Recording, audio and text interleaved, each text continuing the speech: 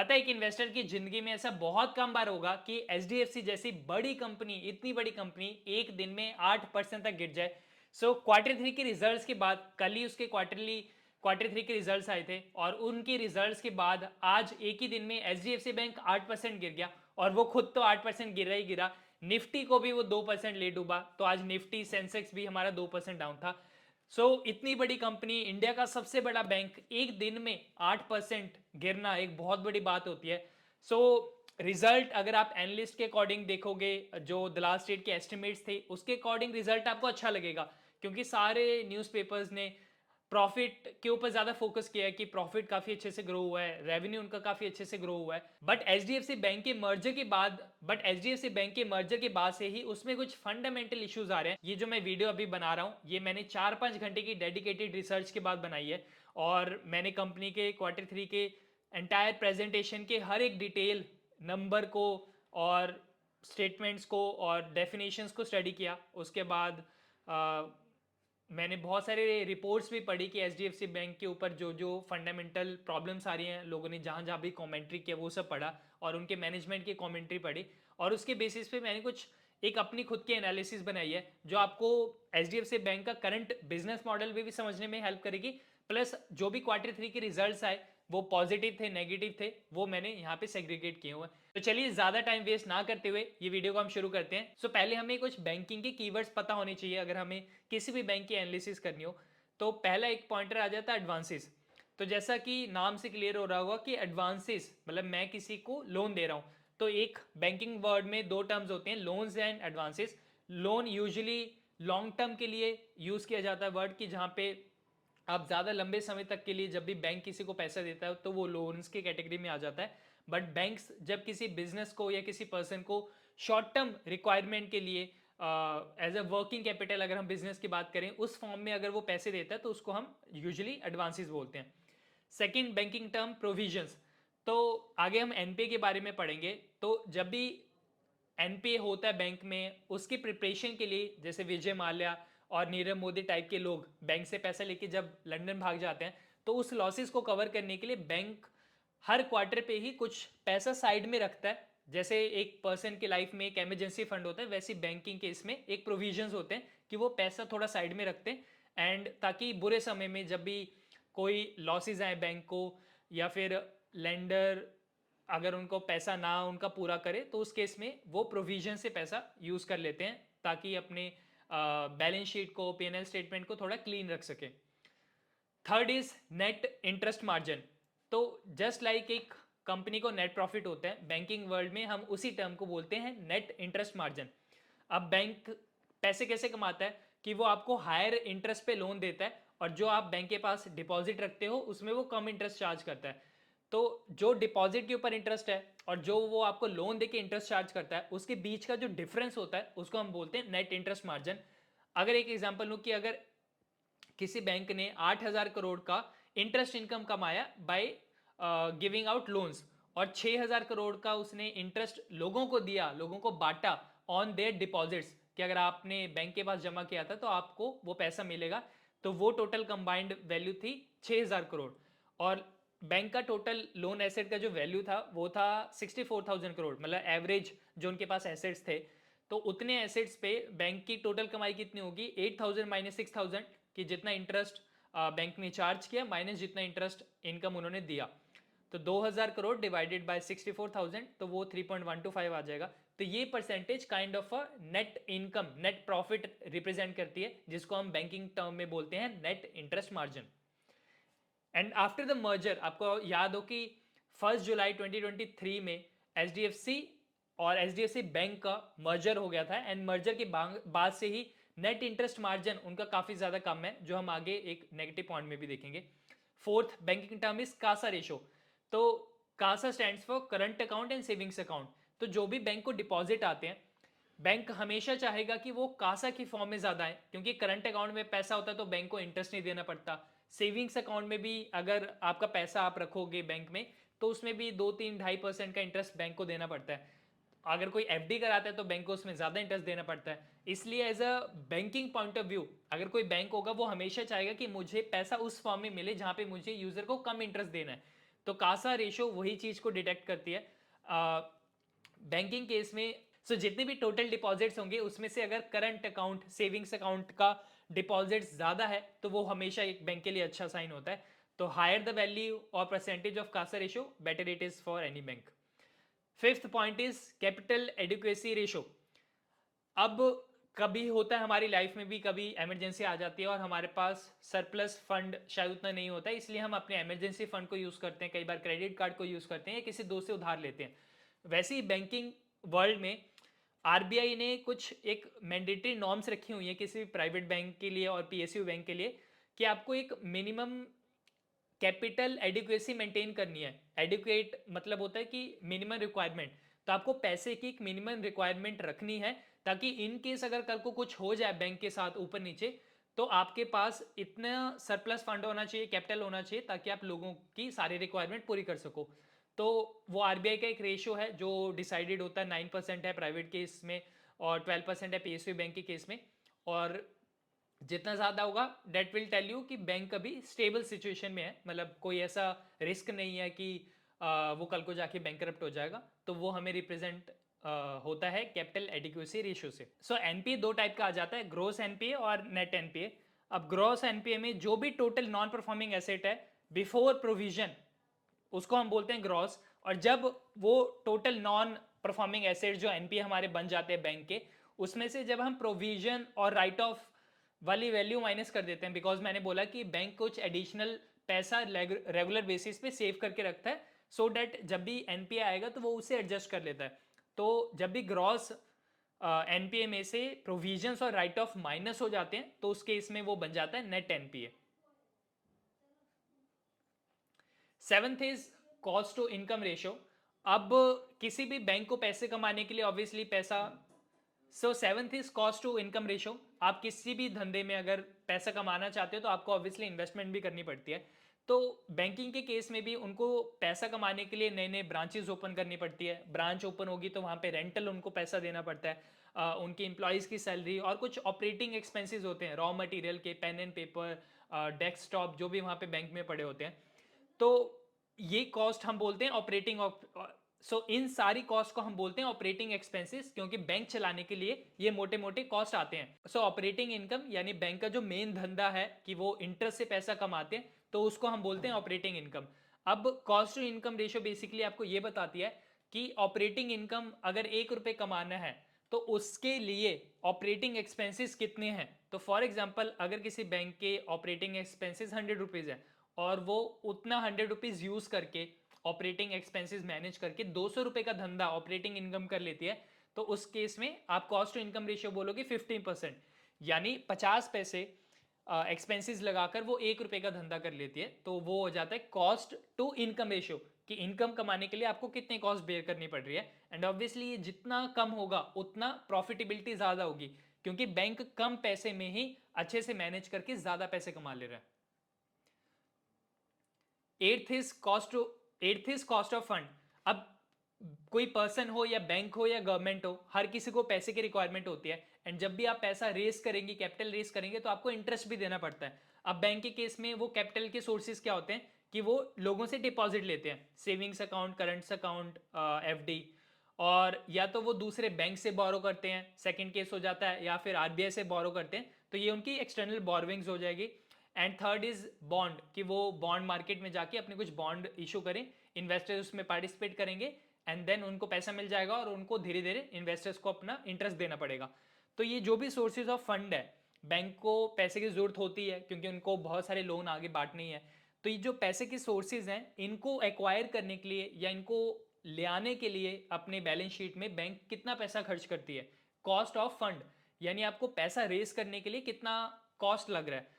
तो for example imagine करते हैं कि कोई बैंक है जो कि अपने डिपॉजिट से 60% कैपिटल मेंटेन कर लेता है, कि उसको अगर महीने के 100 रुपये चाहिए तो 60 रुपये वो डिपॉजिट से मैनेज कर रहा है, और डिपॉजिट जब भी बैंक में लोग उसको डाल रहे हैं तो उन्हें 5% इंटरेस्ट देना है। एंड 20% वो बोरविंग से मैनेज करता है, कि आरबीआई से ले लेता है या दूसरे बैंक से ले लेता है, जिसके लिए उसे 7% इंटरेस्ट देना पड़ता है। एंड 20% वो बॉन्ड से रेस करता है, जिसके लिए उसे 6% देना पड़ता है। तो यहाँ पे कॉस्ट ऑफ फंड आ जाएगा कि 60% आपका कैपिटल जो कि 5% पे आपने उठाया, प्लस 20% कैपिटल जो आपने 7% से उठाया, प्लस 20% कैपिटल जो आपने 6% पे उठाया, और तीनों का ऐड करोगे तो 5.6। तो ये आपका एवरेज कॉस्ट आ गया फंड रेजिंग का। तो ये भी जितना कम होगा बैंक के केस में उतना बेटर है। सो अब हम बात करते हैं एचडीएफसी बैंक के रिजल्ट्स की।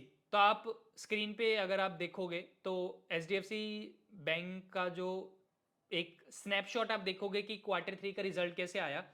तो एडवांसेस अप थे, अच्छा पॉइंट, डिपॉजिट्स भी अप थे, बट इसमें कासा रेशो कम है जो हम आगे भी देखेंगे। नेट इंटरेस्ट मार्जिन कम है और cost to income ratio 40% stable है। नेट प्रॉफिट काफ़ी अच्छा गया था।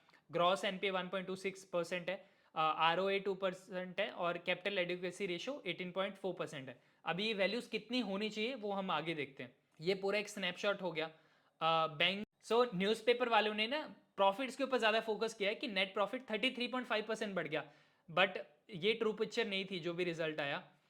तो ये आपके पास कुछ स्टेटमेंट्स हैं ओवरऑल रेवेन्यू के, ईपीएस के, आप ये ईपीएस भी देख सकते हो। अब मैं आपको पॉजिटिव और नेगेटिव पार्ट डिफ्रेंशिएशन करके बताता हूँ कि क्या क्या नेगेटिव और पॉजिटिव पार्ट रहे इस Q3 के रिजल्ट के। तो पहला है ब्रांच एक्सपेंशन। एचडीएफसी माना जाता है कि वो बहुत ही एक फास्ट मूविंग बैंक है। एचडीएफसी का पहले टारगेट था कि वो हर 5 किलोमीटर के दायरे में एक उसकी बैंक की ब्रांच होगी। लेटर लास्ट साल से मैनेजमेंट बोल रही है कि हम चाहते हैं कि इंडिया के हर 1-2 किलोमीटर पे एचडीएफसी बैंक होना चाहिए। तो इसके लिए वो बहुत ही तेजी से एक्सपेंड कर रहा है। इस क्वार्टर सितंबर टू दिसंबर क्वार्टर उन्होंने 146 ब्रांचेस ओपन किए और टोटल कैलेंडर ईयर 2023 में, मतलब पूरे साल में 2023 में उन्होंने 908 ब्रांचेस ओपन किए। इवन आईडीएफसी फर्स्ट बैंक की 908 ब्रांचेस नहीं है। तो आप देखो कि एचडीएफसी बैंक ने लास्ट एक साल में आईडीएफसी बैंक फर्स्ट बैंक जितना एक्सपेंशन कर ली in terms of number of branches. तो ये आप यहाँ पे डेटा भी देख सकते हो कि कैसे क्वार्टर ऑन क्वार्टर उनके नंबर ऑफ ब्रांचेस एक्सपेंड हुए हैं। अब देखने में 908 नंबर एक काफ़ी बड़ा लग रहा होगा, बट एचडीएफसी के मैनेजमेंट की कमेंट्री जो लास्ट क्वार्टर पे थी वो ये थे कि हम इससे और तेजी से ग्रो करेंगे। तो अभी जो रिजल्ट आए 908 branches in overall last calendar year और 146 इन Q3 of this financial year. तो ये मैनेजमेंट की कमेंट्री जो थी उनकी लास्ट क्वार्टर से उससे लाइन नहीं है, तो वो थोड़ा स्लो हो गए हैं। इस वजह से इन्वेस्टर्स को यहाँ थोड़ा प्रॉब्लमेटिक हुई कि जो आपने बोला था उतने तेजी से आप ग्रो नहीं हुए। सेकेंड, सीएआर रेशियो की बात करें, कैपिटल एडिक्वेसी रेशियो की, तो एचडीएफसी बैंक का 16.8% है। आप यहाँ पे चार्ट में देख सकते हो, बट हमने देखा है कि पास्ट में वो 18% तक भी गया है, 17.8%। और टोटल की बात करें तो ये, बट इस क्वार्टर में हल्का से डिक्लाइंड है। तो यहाँ पे थोड़ा स्कोप ऑफ इम्प्रूवमेंट है, इवन दो मैं इसको स्टिल पॉजिटिव पॉइंट में काउंट कर रहा हूँ। राइजिंग रेवेन्यू प्रॉफिट, ऑब्वियसली जब एचडीएफसी और एचडीएफसी बैंक का मर्जर हुआ तो दो बड़ी एंटिटी, अगर इतनी बड़ी कंपनीज मिलेंगी तो रेवेन्यू प्रॉफिट तो ऑटोमेटिकली अप हो जाएगा। तो वो कोई बड़ी बात नहीं है, बिकॉज वो हमें ये भी फ्रेम ऑफ माइंड से सोचना है कि क्योंकि मर्जर हुआ था इसलिए प्रॉफिट भी अप है और उनके रेवेन्यू ज़्यादा हमें अब दिख रहे हैं। तो आप देखोगे नेट रेवेन्यू और नेट रेवेन्यू का मिक्स भी देखोगे, ईयर ऑन ईयर परसेंटेज यहाँ पे नीचे देखोगे तो वो सब बढ़ा है, प्रॉफिट भी बढ़े हैं।